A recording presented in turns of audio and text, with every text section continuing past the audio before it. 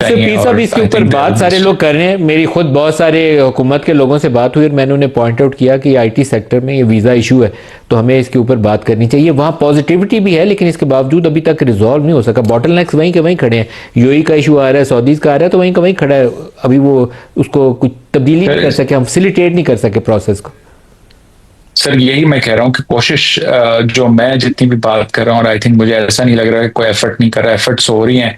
जो आपने कहा ना, रिजल्ट्स जल्दी आने चाहिए थे, वो क्यों नहीं आ पा रहे उसकी मेरे पास तो ज़ाहिर नॉलेज नहीं होगी। बट ये नहीं कह सकते कि एफर्ट नहीं हो रही है, लोग अवेयर नहीं है और इसको इम्पोर्टेंस नहीं दे रहे। आई थिंक इम्पोर्टेंस तो हर कॉरिडोर में दी जा रही है।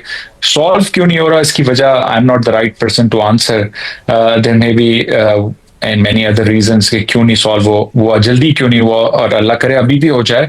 आई think it's not too late if we can, if we are able to solve now even, we will be able to catch up, right? But इसको ज्यादा डिले नहीं करना चाहिए। अगर ज्यादा डिले किया और इसी तरह के एक दो क्वार्टर और निकल गए तो आई थिंक मेरे ख्याल से तो महीने भी निकल गए तो बहुत तकलीफ हो जाएगी। We will lose the opportunity, right?